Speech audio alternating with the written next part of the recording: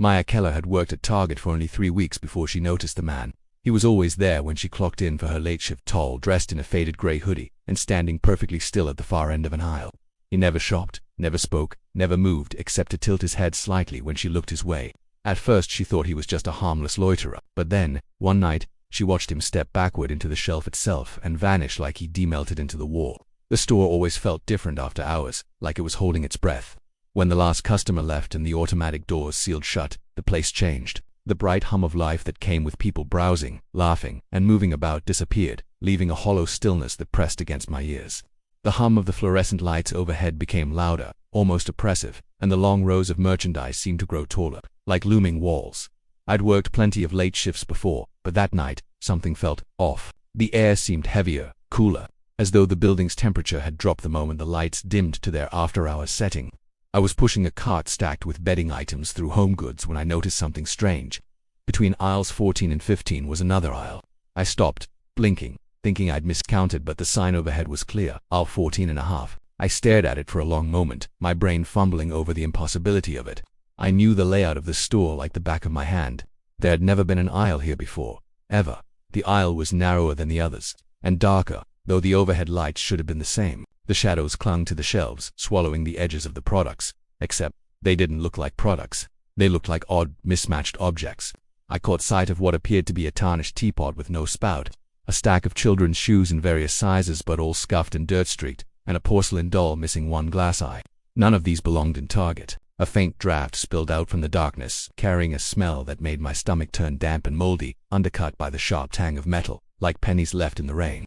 I felt my pulse quicken. I should have kept walking, pretended I never saw it, but the aisle seemed to draw me in. My cart wheels creaked as I absent-mindedly pushed forward, but before I knew it, I was standing at the threshold. I leaned forward just enough to peer inside. The shelves stretched into the distance far longer than should have been possible in this part of the store. My eyes struggled to focus in the dimness, and I thought I saw a movement, a tall, thin shape about halfway down. It didn't move like a person. It was almost too still, like a figure in a photograph. I blinked, and it was gone. The aisle looked empty again. A nervous laugh tried to work its way up my throat, but it stuck there. I rubbed at the back of my neck, feeling the hairs there prickle. Maybe I was imagining things.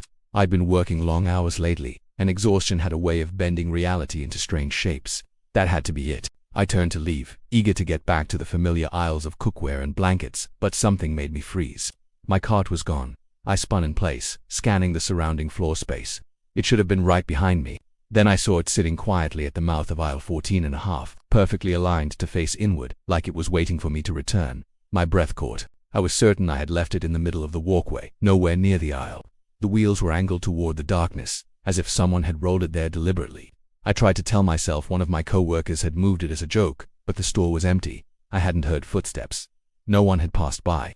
The draft from the aisle brushed my face again, colder now. The shadows on the shelves seemed to deepen, shifting subtly as if reacting to my gaze. For a second I thought I saw the shape again, just a sliver of two long limbs and a head tilted at an unnatural angle. But before I could be sure, the lights above the aisle flickered once, twice, and steadied. When the brightness returned, the shape was gone. My cart still sat waiting, silent and still. At the edge of 14.5, I stood there for far too long, staring at it, feeling the cold air wrap around my ankles. Something about that aisle didn't just feel wrong, it felt like it shouldn't exist. And yet, it was here, waiting for me. The following night, the aisle was gone. I walked past the familiar shelves of cleaning supplies and storage bins, expecting to see that half-numbered sign again. But there was nothing between aisles 14 and 15 except the solid, uninterrupted rows I'd always known. No narrow gap, no strange objects, just the ordinary overstocked aisles of a normal Target.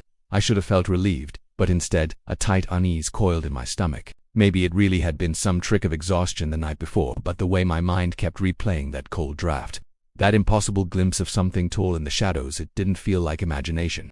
By the time the store clock ticked past 11:30, I was in electronics, straightening DVD cases. The store's low hum surrounded me, and for a while, I almost convinced myself it was just another slow night. Then the lighting began to change. Not all at once, but in pieces, section by section. The bright fluorescence dimmed to a dull yellow. It was as though the darkness was moving through the store, swallowing light as it came closer. A faint sound accompanied it. At first I thought it was the squeak of a shopping cart wheel somewhere on the far end of the floor, but as it drew nearer, I realized it was slower, heavier, a dragging sound, not like a person shuffling their feet, but like something was being pulled across the linoleum. It had weight, and it came with a faint scraping undertone that made my teeth ache. I froze, holding a DVD case in my hand, as the noise passed through the main aisle behind me. My breath felt too loud in my chest. Slowly I turned to look over my shoulder, expecting no bracing to see something there. But there was only the empty walkway stretching into the distance. Then every television screen in the department flickered to life. The remotes were locked in a drawer. No one had touched them. Static danced for a second on each one before resolving into a single camera feed, a bird's-eye security view of an aisle. It took me a few seconds to recognize it. The camera angle was from somewhere I had never accessed before. The shelves looked wrong, taller, narrower. My skin prickled when I realized what I was looking at.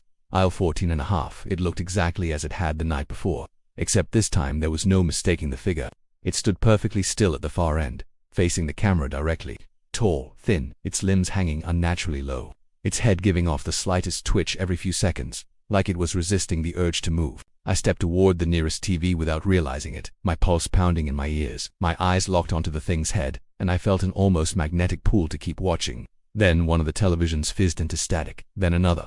One by one, each screen in the row went blank, the feed vanishing into snow and white noise, until only the screen nearest to me remained. On that last screen, the figure was no longer at the far end of the aisle. It was closer now, filling most of the frame. I could see pale skin stretched tight over bone, the hint of a mouth that seemed wrong. Not just open, but unnaturally wide, the skin pulling back as though it was stretching beyond what was humanly possible. My breath came in shallow bursts. I couldn't look away, even as a faint hiss began to leak from the TV's speakers. The image wavered for a fraction of a second, and I thought I saw movement behind the figure, shapes shifting in the shadows, too quick to make out. And then the final television went black. The electronics section was swallowed in a sudden, oppressive quiet. It was so still that I could hear the faint buzz of the overhead lights again. I didn't realize until much later that my hands were trembling so badly I'd dropped the DVD without noticing, and when I bent to pick it up, my eyes caught something just beyond the end of the aisle. For a split second, I thought I saw the narrow mouth of 14.5 again, glowing faintly in the distance, before the light steadied and it vanished. I kept telling myself I should quit, but the thought of explaining why to anyone made my stomach twist. What would I even say? That a phantom aisle had appeared in the store and something inside it was watching me. Nobody would believe me. I barely believed myself. Still, the feeling of being observed never left me, even in the staffed break room. With the hum of the vending machines and the faint smell of stale coffee, I'd catch myself glancing over my shoulder at the convex mirrors in the corners. Sometimes, I swore I saw movement in them, like a shadow slipping away just as I turned my head. That night, the air inside the store felt heavier than usual, as if the building itself was pressing inward. My shift dragged on, each aisle feeling unnaturally still. Around midnight, the overhead announcement system crackled to life. It startled me so badly I nearly dropped the box I was carrying. I expected to hear a manager's voice or some routine closing message, but instead there was only breathing. Slow, deliberate inhales, followed by deep rasping exhales. It went on, minutes stretching into something unbearable. The sound seemed to fill every corner of the store, bouncing off the shelves, seeping into my ears until I could almost feel it brushing against my skin. The worst part was that no one else reacted. My coworkers kept working as though nothing was happening, their faces strangely blank, their movements mechanical. I left my cart behind and went to the front desk where the security monitors were lined up in a glowing row. I started scrolling through the camera feeds, looking for anything that could explain what was happening. Most of the views were the same, silent, empty aisles. But then I came across one I didn't recognize. It had no label, just a single pulsing dash on the screen where the aisle number should be.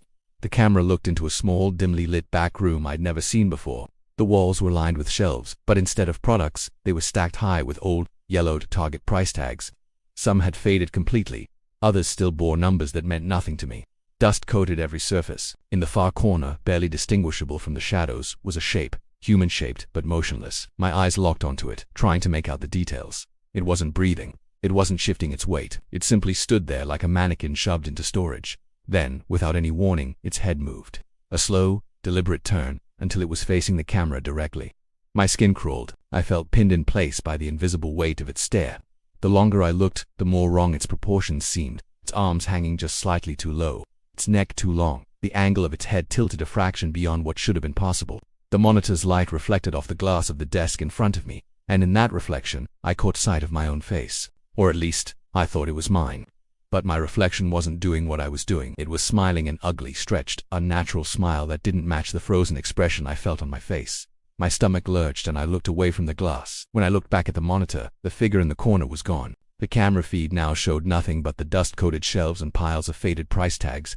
I backed away from the desk, every nerve screaming at me to leave, but the store was silent again. The breathing over the speakers had stopped. The other employees were still moving through the aisles, oblivious to what had just happened.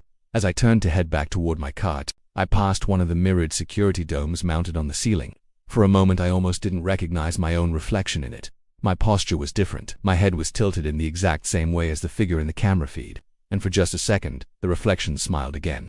By the fourth night, avoiding it felt pointless. Whatever was happening in the store seemed determined to pull me toward it, no matter how many times I tried to ignore it.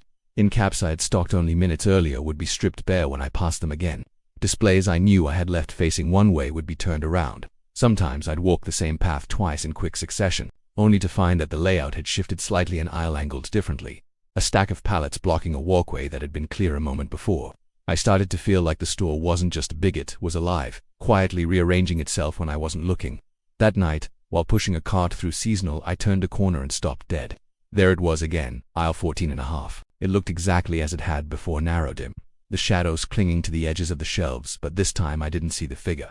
The absence almost made it worse. I stood there for a while, trying to convince myself to walk away, but I couldn't. Maybe I thought if I faced it head-on, I could take control of whatever this was, or maybe some part of me already knew I was past the point of walking away.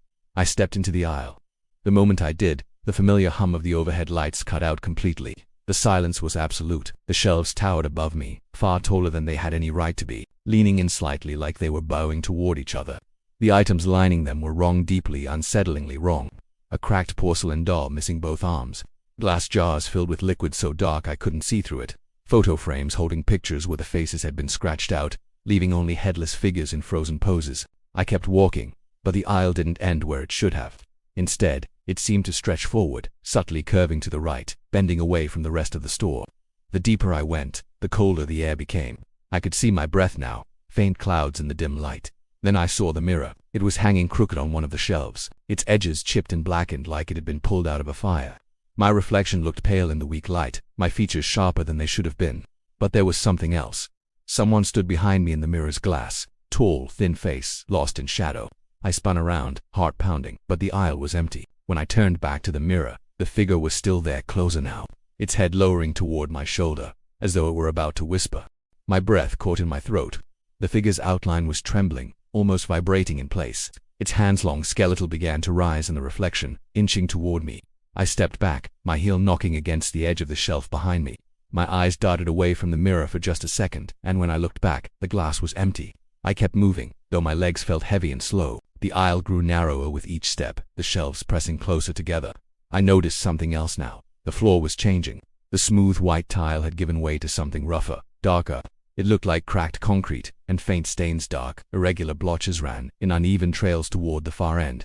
The air felt denser, harder to breathe. I realized with sudden nauseating clarity that I hadn't heard a single sound since stepping into the aisle. Not the creak of shelves, not the shuffle of my own shoes, just silence. Like the air was swallowing noise before it could exist. Up ahead I thought I saw movement again. Not the tall figure this time, but something small and low to the ground, scuttling into the shadows between the shelves.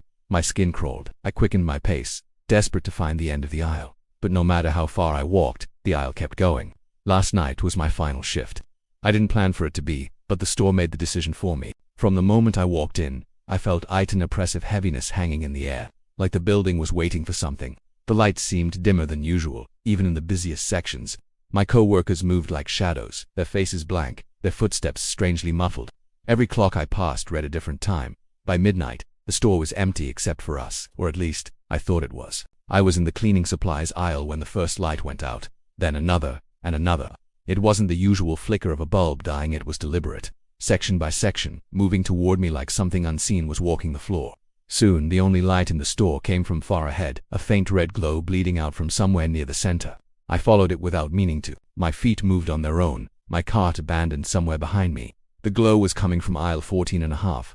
This time, there was no hesitation, no pretending it wasn't real. I was standing at its entrance, and everything in me knew that stepping inside meant I wouldn't be coming back.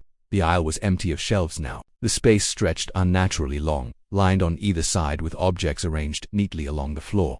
Personal things, a cracked phone, a single black shoe with the sole worn thin, a silver bracelet twisted out of shape. My name tag lay among them, the plastic scratched, but my name still visible in bold letters. I hadn't worn it since the previous night. The pulsing sound started then, deep and steady, like a heartbeat. It wasn't coming from the air, it was coming from the aisle itself, the floor beneath my feet vibrating faintly with each beat. The glow deepened, staining everything in shades of dark crimson. At the far end, the figure waited, tall, too tall. Its limbs hung like dead weight, its head tilted so far to one side I thought its neck might snap. I wanted to run, but my body wouldn't obey. Every step it took toward me made the aisle narrower, the space shrinking until the walls felt close enough to brush against my arms. When it was close enough for me to see its face, my mind recoiled. Its skin was pale, stretched too tightly, as though its bones were straining to burst through. The mouth opened slowly, impossibly wide, until it split the shape of its face in two. There were no teeth, just a black, endless void. The shelves that had vanished earlier seemed to grow back around me, appearing silently on either side. They pressed inward as the figure reached out a hand. The fingers were long and bone-thin, the nails yellowed and cracked. The air between us felt thick, hard to pull into my lungs. Something brushed my shoulder, and I realized the walls weren't just closing, they were folding in, the shelves bending toward each other like a vice. The figure stepped forward one last time, and the space around me collapsed into darkness. I don't remember falling. I don't remember screaming. The last thing I recall is the sound of the heartbeat slowing, each thud echoing like it was coming from inside my own chest. When my coworkers arrived in the morning, they said the store was perfectly normal. No isle una dosaba party's strange glow. No sign of me. But a new camera feed had appeared on the security monitor. It wasn't labeled. It showed a single, endless aisle under a dim red light. At the far end, a lone figure stood. Its head was tilted, its arms hung loose, and it faced the camera directly. The feed never flickered, never changed. It just watched. And somewhere in the stillness, if you listened closely, you could hear the faint sound of breathing.